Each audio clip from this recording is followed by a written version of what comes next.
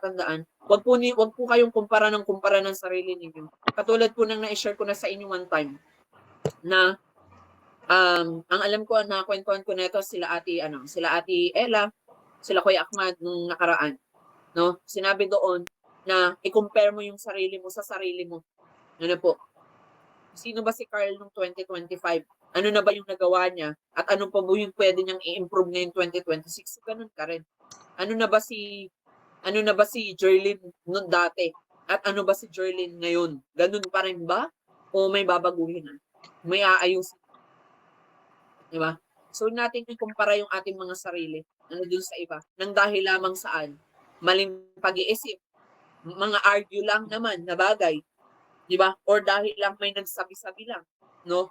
Alam nyo, paniwalaan ko yung laging sinasabi ng Panginoon.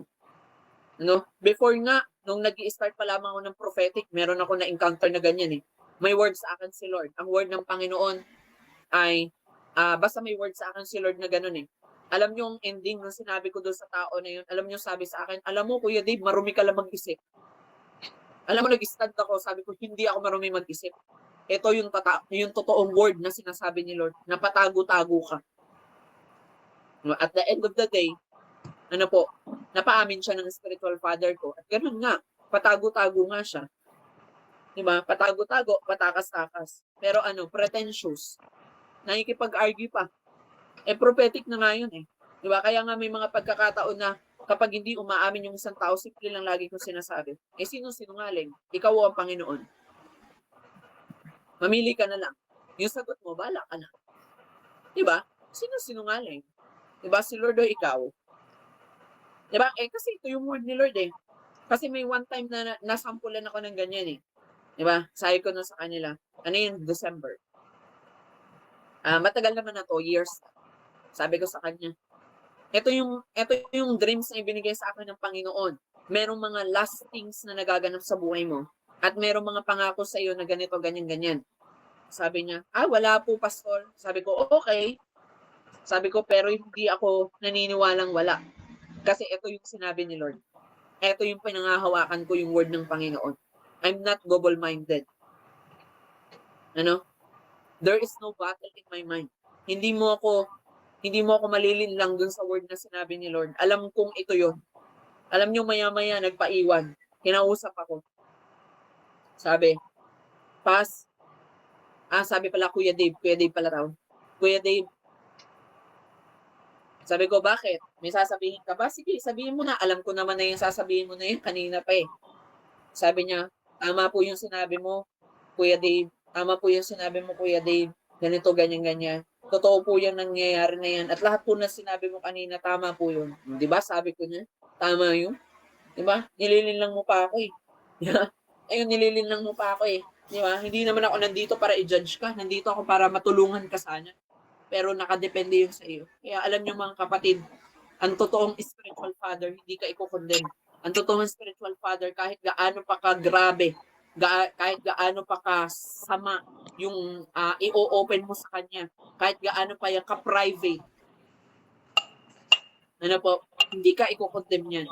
Instead of tutulungan ka niya sa paraang alam nila na ibinigay sa kanila ng Panginoon, hindi lang pinag-isipan, kundi pinanalangin nila.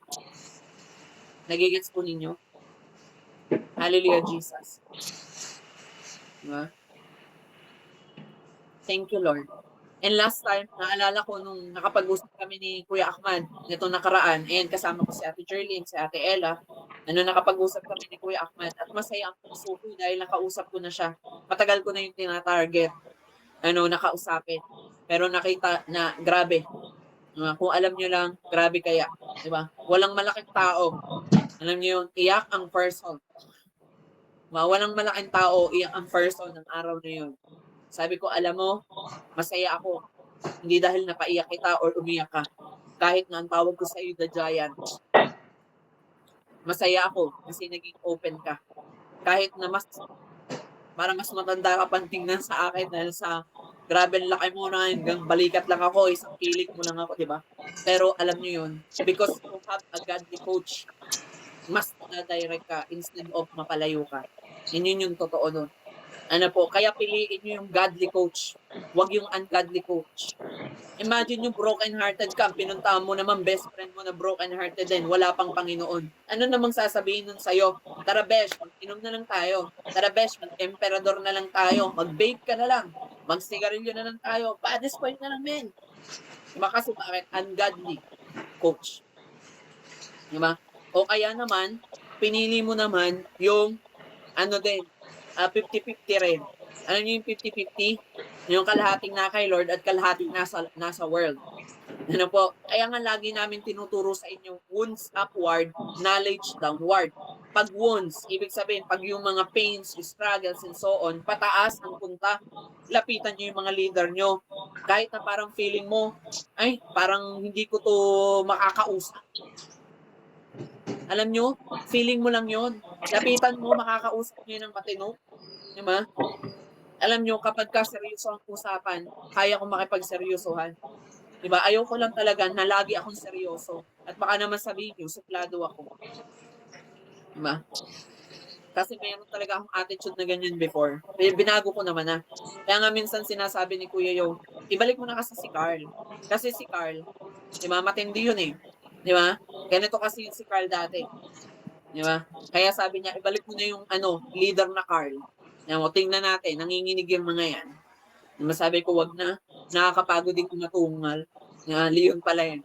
Nakakatakot din mag-roar. Nakakapagod din mag-roar. Alam niyo yun. Diba? Yung tipong wala na lang silang isasagot kasi ganun na lang. Diba? So, piliin nyo po yung godly coach. Lagay nyo yung tandaan, wounds upward, knowledge downward. Ano?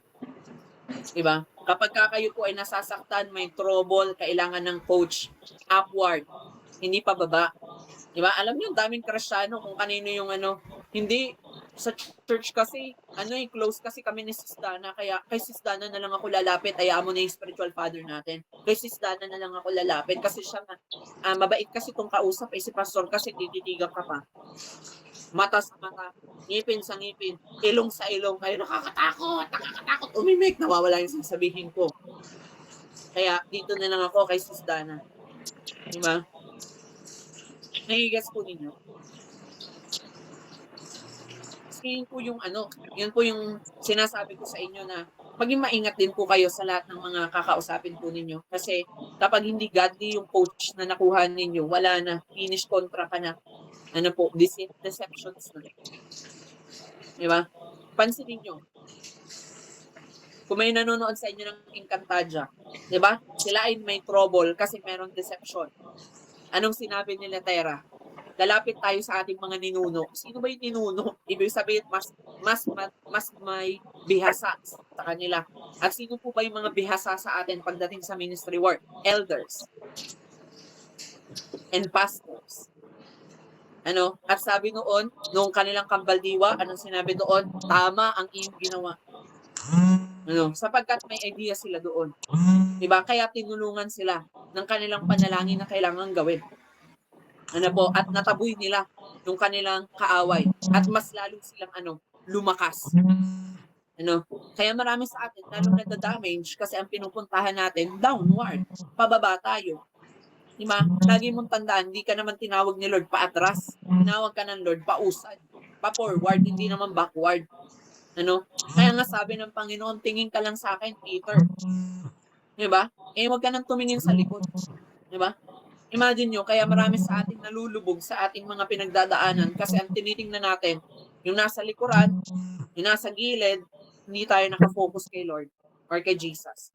Kaya mga kapatid, kung may mga ungodly pa rin sa ating mga kahit kaibigan mo pa yan, kahit kapamilya mo pa yan, maglagay ka ng border. Huwag mong hayaan na madala ka nila. Dapat ikaw ang magdadala sa kanila.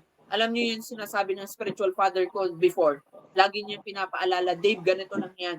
Dadalhin mo sila o ikaw ang madadala nila. Proven and tested po yan. Marami na akong na-encounter ng mga tao na dati goods naman sila. Pero ngayon, wala. Makikita mo, naka-vape na. Diba? Pero before, amen, praise the Lord yan. Diba? Nagigets po ninyo? Pero may mga pagkakataon na kapag nakita mo yung godly coach na ibinigay sa iyo ng Panginoon. Diba? Imagine nyo po before, na-experience ko na yan. Sabi sa akin ng kaibigan pa yun ng spiritual father ko, as in best friend niya yun. Sabi niya, bakit ka lagi nakikipag-usap ka kay JR? Makinig ka rin sa akin kasi may dala-dala ko rin naman yung word ni Lord. Sabi kong ganun. Sabi, hindi lagi si JR ang pinapakinggan mo. Sabi ko, ha? Bakit mo po sinasabi sa akin na hindi lagi siya ang papakinggan ko? Eh, siya nga po yung shepherd ko eh. Diba, saan ka naman nakakita ng tupa na may shepherd pero ibang shepherd ang pinapakinggan? Sabi ko, hindi naman po ikaw ang shepherd ko eh. Ang shepherd ko yun, kaya dun po ako. Diba? Tama naman po ang sinabi nyo na makikipag-fellowship ako sa iba, pero it doesn't mean na sa iyo na lang ako makikinig at hindi ko napapakinggan yung side ng spiritual father ko. Nagkukwentuhan pa nga kami. Alam mo, Pas, ganito yung nangyari sa amin kanina. Alam mo, may nagpunta sa akin kanina, ganito, ganyan yung sinasabi. Sasabihin niya ni Kuya Jer sa ano sinabi mo? Alam mo, sinabi ko, ayun, savage. Sabi ko sa kanya, hindi naman ikaw spiritual father ko, ba't laging ikaw ang papakinggan ko? Tapos natawanan niya lang ako. Sabi niya, tunay nga na ikaw'y natuto na at nag-mature ka. Diba? At yun po ay makikita niyo rin po sa Bible. Magbasa po kayo doon. Sabi doon, the shepherd knows the voice of his sheep and the sheep knows the voice of his shepherd. Nalalaman mo kung yan ang shepherd mo. Kaya nga para sa akin, hindi ako magsasabi sa inyo na ikaw ay spiritual daughter ko or ikaw ay spiritual son ko. Si Lord na ang magre-reveal sa'yo. Diba? Kasi bakit? Yan yung example na ibinigay ni Jesus. Alam niyo po ba nung time na tinatanong po yung mga apostol, tinatanong silang lahat, anong sagot ng iba? Sabi po ni ganito sabi ni ganyan. Tinan mo, nang galing sa chismis yung sinabi. Sabi po ni ganyan, kayo raw po ay propeta. Sabi po naman ni ganito, kayo raw po ay ganito, ganyan. Imagine nyo, saan sila nakabase? Doon sa chismis lang sa kanila, nakabase sila doon sa judgment nila, nakabase sila doon sa na-tellbear lang sa kanila. Di ba? Doon sa wrong thinkings. Pero nung tinanong si Pedro, anong sagot niya? Di ba? Imagine that, na si Pedro, lagi pa nagkakamali yun pero nung tinanong siya, anong sagot? Panginoon, alam ko na ikaw ang Messiah. Sabi niya, Pedro, ikaw ay pinagpala sapagkat ang Ama ang nagturo sa iyo kung sino ako. So, ganun din. Diba, bless ka. Kung ikaw mismo sa sarili mo, alam mo that I am your spiritual father. You're blessed. Because I didn't say it, but the Father in heaven says to you that I am your spiritual father. That I am your godly coach. Yun. Number 2. Next slide, please.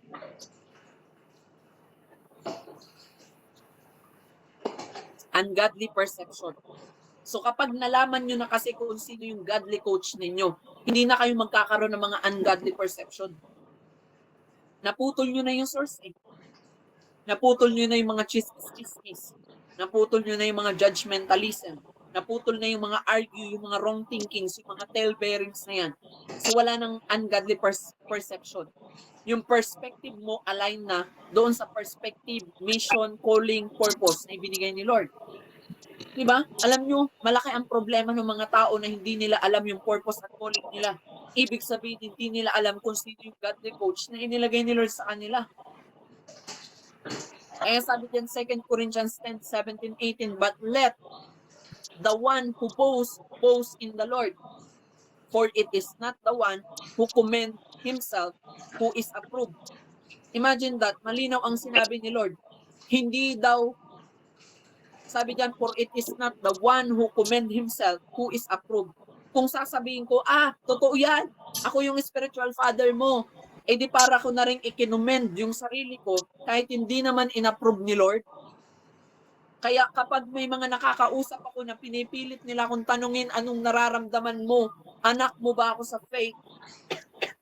Ano po ang vision na binigay sa iyo ni Lord? Ako po ba'y anak mo sa faith? Ang sagot ko, hindi. Ikaw ang manalangin at ikaw ang magtanong. Hindi ako. Because I am very sure to my spiritual father, I am very sure to my godly coach na ibinigay ni Lord.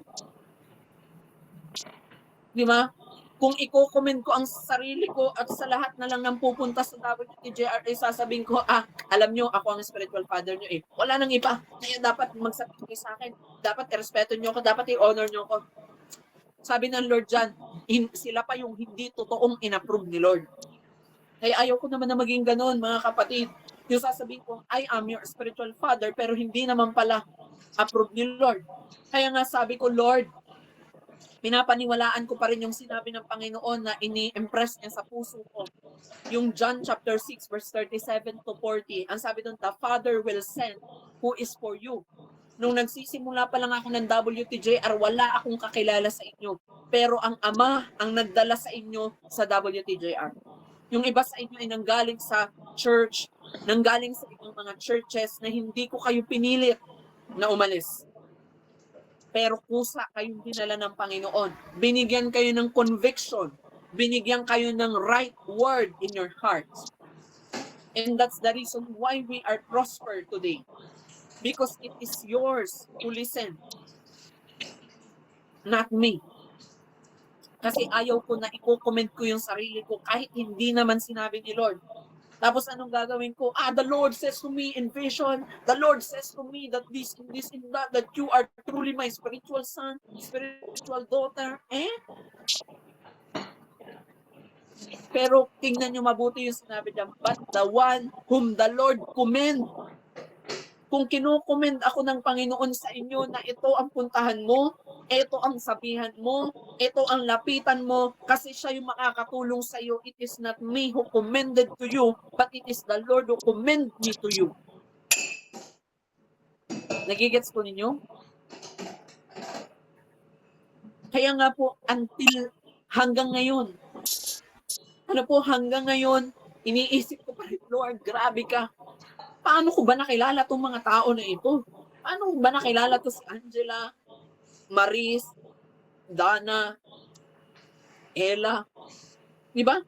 Iniisip ko pa lamang sa firstborn ng WTJR, si Kuya Brian. Alam niyo po ba? Nagkakilala kami ni Kuya, nakilala ako ni Kuya Brian noong August 30, 2024 sa conference yun. Tapos minessage na lang ako sa Facebook at sabi niya, a-attend siya sa ministry. Sabi ko, go lang. Tapos pag-attend niya doon, sinasabi daw ni Lord ay ganito, ganyan sa kanya. Sabi ko, okay. Diba? And until today, imagine niyo po, magdadalawang taon na po ang WTJR ngayon darating na September. Ibig sabihin, magto 2 years na rin si Kuya Brian na nasa amin. Imagine niyo po yun. Si Nanay Ann, magwa 1 year na sila ngayon na nasa amin, ngayong February. Diba? And you see, people of God, sila Nanay Yoli, naka-1 taon na yan sa amin. Mga Burmans yan napunta sa amin noong 2024. Ay 2026 na ngayon, naka-1 taon na yung mga yan nating kasama. Mukhang kahapon lang nating nakilala at nakasama, pero 1 taon na yung mga yan nating mga kakilala at kasama. Nagigets po ninyo? Di ba po? Kaya ayaw ko naman po na dumating yung panahon na in-invite lang kita dito pero hindi ka nagtagal. Kasi bakit? Naguguluhan ka pa rin. Imagine mo si Edso, di ba? Naka 1 year na. Imagine niyo po yun. Kung gaano ang ginawa ng Panginoon sa atin. Akala natin kahapon lang, di ba? Di ko na nga alam na yung iba sa atin naka 1 year celebration na ng kanilang spiritual birthday. Ang tawag po dyan, spiritual birthday. Kasi ako dati magkakasunod yung aking birthday. Alam niyo po, ang birthday ko ay April 13. Naka-receive ako ng speaking in tongues April 14. Po, mas nakilala ko ang Panginoon April 15. Magkakasunod. That's why my birthday before, sabi nila pagka daw Friday the 13th, malas daw ang birthday ko daw ay 13, malas. Sabi ko, kayo yung malas. Diba, para sa akin, napaka-bless ko. Ngayon to yung naging birthday ko. Po? Imagine. You see, people of God, yung mga ungodly perceptions natin nawawala na. Ano? Kaya hanapin nyo yung mga godly coach na ibinigay sa inyo ni Lord. Yung spiritual father mo, tukuyin mo, hanapin mo. No? Kahit na magtago pa yan, hanapin mo, seek ye first His kingdom.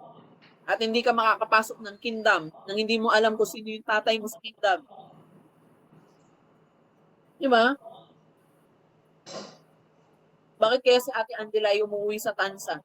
Kasi alam niya nandun ang kanyang mga magulang sa bahay na yun. Ano? Kaya kahit na siya'y pumunta ng Quezon City or pumunta ng ibang lugar, uuwi siya doon. Bakit nandun yung bahay niya? Nandun yung magulang niya. Nagigets po ninyo? Hallelujah, Jesus. Kaya nga po pinapabasa ko palagi sa inyo yung Jeremiah 23 kasi sinabi doon yun. Diba? Minsan na tayong pinapangalat ng Panginoon kung saan tayong church na punta.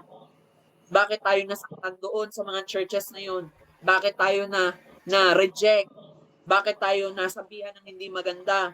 Bakit tayo na-offend? Bakit tayo ganito, ganyan? Kasi direction yun ni Lord. Katulad kay Balaam.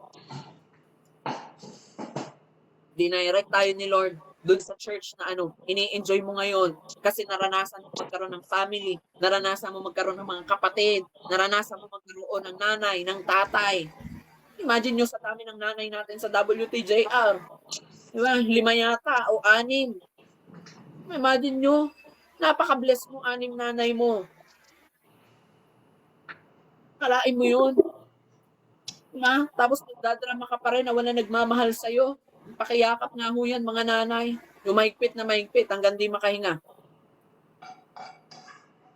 Diba? Baka kulang pa eh. Baka hindi damay. I-guess po natin. Kaya alisin na natin yung mga ungodly perspective na meron tayo, yung mga perceptions na hindi dapat. Ano sabi dito, perception is the ability to see, to hear, or become aware of something through the senses. Ano po, may senses ka pinapagana, pero mali naman yung gana. Alam niyo yun? Dapat yung ating nakikita ngayon ay yung purpose of calling natin. Dapat ang naririnig natin yung right command na ni Lord, hindi na tayo nagda-doubt. Diba sasabihin mo, you are guided by the Holy Spirit, pero doubted ka. Paanong nangyari yun? The Holy Spirit is the Spirit of truth. He never doubt, He never lies. Kaya kapag sinabi niya. Nagigets ninyo? So kapag ka nakita mo na hindi na nagaganap ito at hindi na nangyari, hindi Holy Spirit yun. Kaya nga sabi ng spiritual father ko dati, isulat mo lahat ng prophetic word. Pag may hindi dyan nagaganap, tanggalin mo yun, hindi yung galing kay Lord. Etong mga ito, yan yung nanggaling sa Panginoon, tandaan mo mabuti yung boses niya nung nagsasalita na yan. Nagigets po ninyo? Kaya doon kami naging sharp sa prophetic. Tinandaan namin yun. No? Hindi yung lahat ng makita nyo, ipipilit nyo. Lahat ng maramdaman nyo, ipipilit nyo. Lahat ng marinig nyo, ipipilit nyo. Eh wala na. Asa na yun? Hindi ganon. Diba? Nagigets nyo po? Kaya po ako, natutunan ko pong i-control yung emosyon ko. Natutunan kong i-control yung sarili ko. Because I learned to have a godly perspective or godly perceptions. Yung mga bagay na nakikita ko ay hindi na for my benefits. What I see for the benefits of my calling, purpose, and for the benefits of the congregation. Kasi ito yung binigay niya eh. Anong mas mahalaga sa akin? Yung kasiyahan ko, yung calling ko. Diba? Mas papahalagahan ko yung calling. Diba? Ito na yun eh. Diba? Nagigets po natin? Dapat aware kayo. Kaya nga minsan tinatanong ko kayo eh, anong word ni Lord? Diba? Yun ay pagsuko. Kung totoong alam mo yung vision na binigay sa'yo. Para hindi ka mema. Alam mo yun, may masabi lamang na, and this, and this, and this, and that. Hallelujah, Jesus. Para matutunan mo maging sharp sa prophetic kasi hindi nang natutunan ko before sa spiritual father ko. I learned how to be sharp in the prophecy. Ano? Kasi tinuruan niya ako eh. Dave, ganitong boses, ganyang boses. Sabi ko nga sa inyo dati, may nag-prophesy sa akin, ako daw ikakasal. Alam mo, sagot ko sa kanya, desire mo yan. Afterwards, desire nga ni, Yung mga desire niya nga ni. Sabi ko, di ba? Dinamay mo pa ako. Sasabihin mong si Pastor Carl ay nagdi-deserve na pinakita ni Lord. Sabi ko, buti ka pa. Pinakitaan ka ng Lord ng makakasal ko. Di ba? Ako nga, wala pang nakikita na makakasal ako. But the Lord shows me, the helper that God given to me. And I know it. Nagigets po ninyo? Kaya sabi ko, don't lose. Hindi natin kailangan maipagyabang o hindi natin kailangan magmayabang. Just do it. Kung anong pinapagawa ni Lord. Remove every ungodly perspective. Alam naman natin yan. Sinabi dito, when we lift God's up, we are also lifted up. So be quick to listen, but don't be quick to speak. Lagi niyo pong tatandaan, kapag tayo po ay magaling makinig, pag-iisipan natin mabuti ang bawat sasalitain natin or sasabihin natin. Kasi hindi lahat ng ating narinig ay pwede mong speak out. Nagigets po ninyo? Not everything that we speak is need, and not everything that we heard is needed to speak out. Bakit? Narinig nyo na po ba ako na nag-speak ako sa inyo about the helper that God given to me?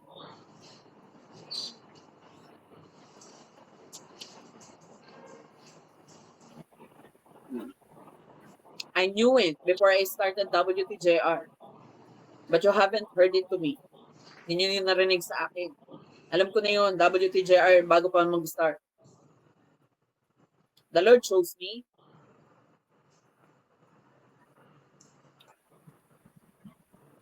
Must be people of God, but I don't speak on it. Maraming plano si Lord ginagawa na niya ngayon, but I don't speak on it.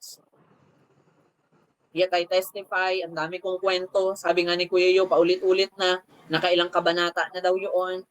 Pero, you see, not everything that you heard, you needed to speak out. Lalo na pagka-privacy or para sa sarili mo. Diba? Kasi yun yung natutunan ko Kaya hindi nyo nakikita yung tama. Kasi po, masyado ka ng tinamaan sa narinig mo, nakita mo, pansinin po ninyo. Kapag nakita mo ba na may bangin sa unahan mo, hindi ka ba matatakot na lumakad forward? Matatakot ka, bangin Pero kung nakapikit ka at wala kang alam na may bangin doon, dire-diretso yung lakad mo. Diba? So sometimes what we see damage us. Kaya, naalala ko yung pinaka-sinabi sa akin ng, para naging spiritual mother na rin to ng spiritual father ko. Sabi niya, be aware on what you see. Always walk in faith, not by your sight. Hindi porket nakikita mong ganito, ayan na. Love your eyes. Kaya minsan, hindi po porket nagpapakita ng motibo, ayun na. Po. Sometimes, kapag madalas nagpapakita ng motibo, yun pa yung nagiging patubong sa inyo. Remember, bakit bumagsak si Samson? Wala, pinakitaan kasi siya ng motibo na mahal siya ni Delilah. Pero ang ending, na Delilah. Diba? Nilagyan ng wrong thinkings. Ungodly coaching. Diba? Siyempre, mahal na mahal niya, yun yung papakinggan niya. O ngayon, ang suggestion, sige, matulog ka. Pero may planong gugupitan kita.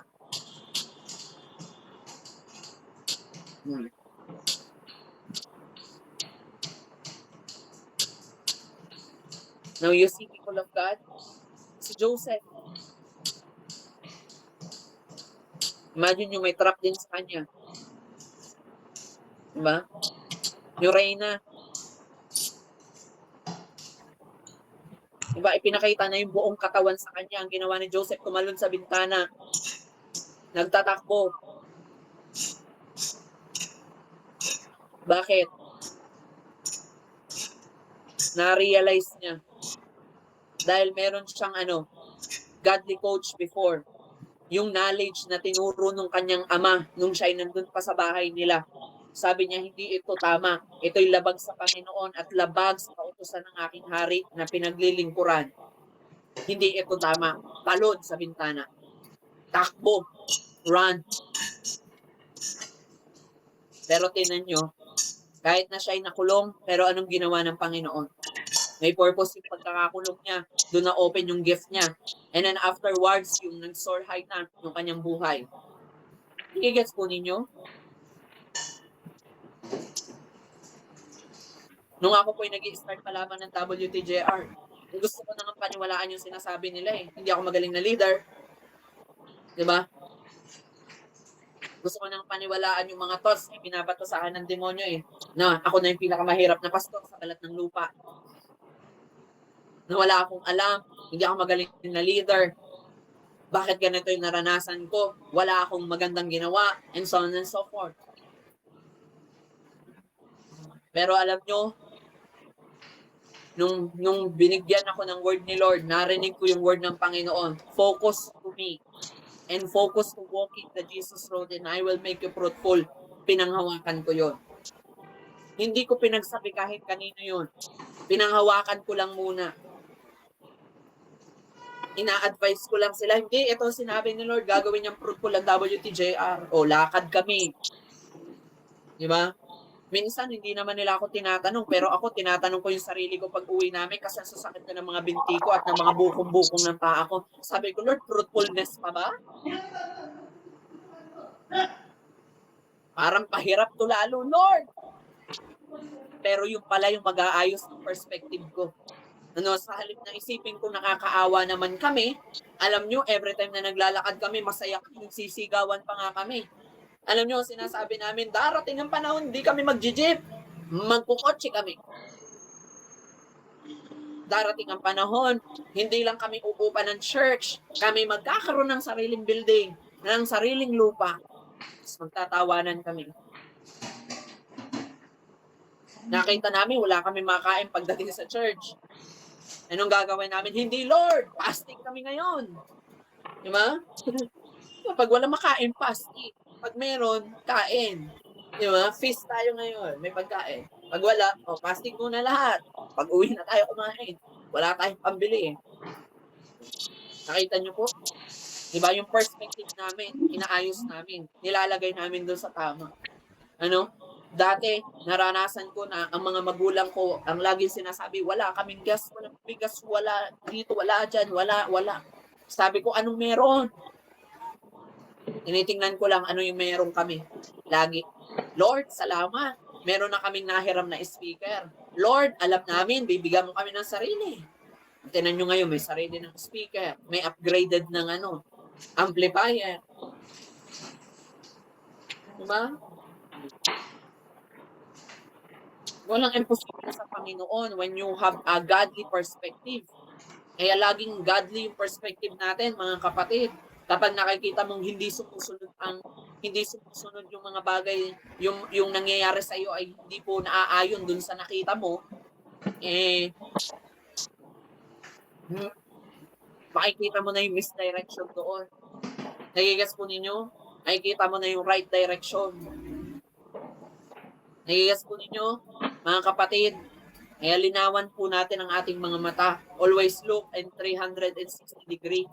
Huwag lang sa isa nakapokus. Huwag lang laging sa pogi nakapokus. Huwag lang laging sa maganda nakapokus. Huwag lang laging sa maputi, sa matangkad, sa guwapings.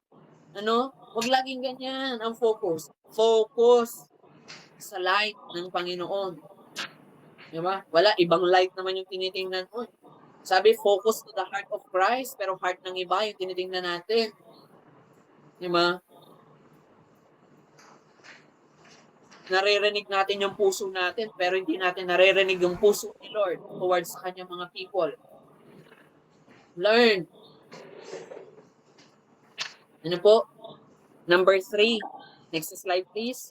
Different bases of resources. Meron kasi tayong iba't ibang bases ng ating mga resources or ng mga sources.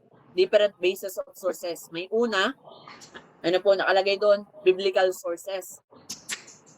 Ang ikalawa is worldly sources. Ano po, yung biblical sources, ito po yung nanggaling sa spiritual realm basis. Ano, sinabi ng 2 Corinthians 10:4, the weapon we fight with are not the weapon of the world, or the contrary, they have divine power to demolish the stronghold. So ano po yung weapon na sinasabi sa atin dyan? Yun na po yung helmet of salvation, breastplate of righteousness, belt of truth, sandals of peace. Imagine nyo, sasabihin mo, nagagamit ko yung helmet of salvation. Ba't doubted ka? Kung nagagamit mo, na-apply mo. Di ba?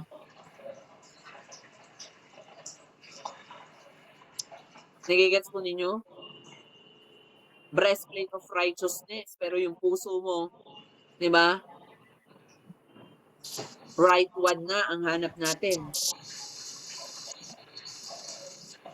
Belt of truth. Pero may mga times, niloloko lang natin yung ating sarili. Hindi natin ina-admit na mahina tayo, na hindi natin kaya, na hindi tayo palaging malakas, na kailangan din natin ng help ng iba sa body of Christ. Nagigets po ninyo? That is the biblical sources. Yung spiritual realm ang basis natin. So kaya tayo binigyan ng helmet of salvation para magamit. Pero ang daming Christian, anxious, depressed, diba, doubting, double-minded. Ano daw yun? Nagagamit ba talaga natin yung helmet of salvation? Akala ko ba save ka na? Kung save ka, dapat pinapaniwalaan mo yung source ng helmet na yun. Pinanggalingan ng helmet na yun. Amen? Worldly sources. Ikalawa, ito yung physical basis. No, kaya lagi kong tinuturo sa inyo, ang perspective hindi naka-basis sa Islam. Dapat laging in balance. Dapat tinitingnan mo yung worldly basis at yung biblical basis. Sino nagturo sa akin ito? Nehemiah. Prophet Nehemiah sa Bible. Sabi doon, nung time na binigyan siya ng vision, anong tawag doon? Spiritual base. Vision. Na itayo ulit ang Judah. Pinuntahan niya yung physical basis. Lumapit siya saan? Council. Godly coach.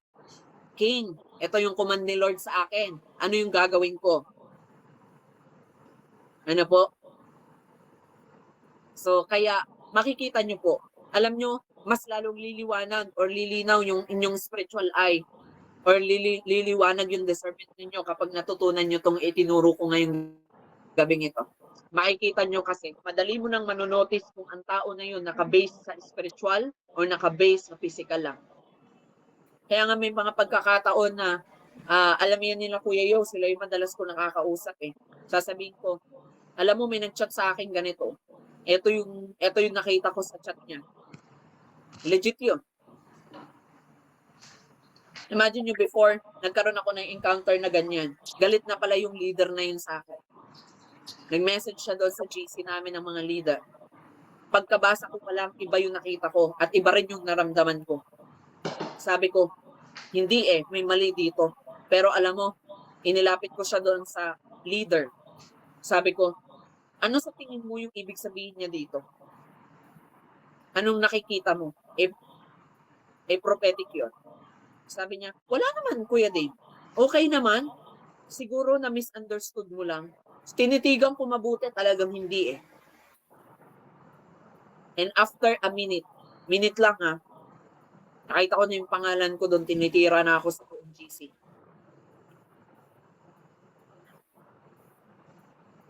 Now you see all of that.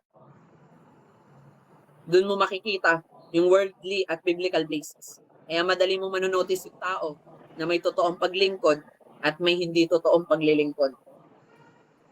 Okay, natuto po tayo. So bigyan ko lang kayo ng conclusion. Sabi pala dyan, 2 Corinthians 10:7, you are judging by appearances and anyone is confident that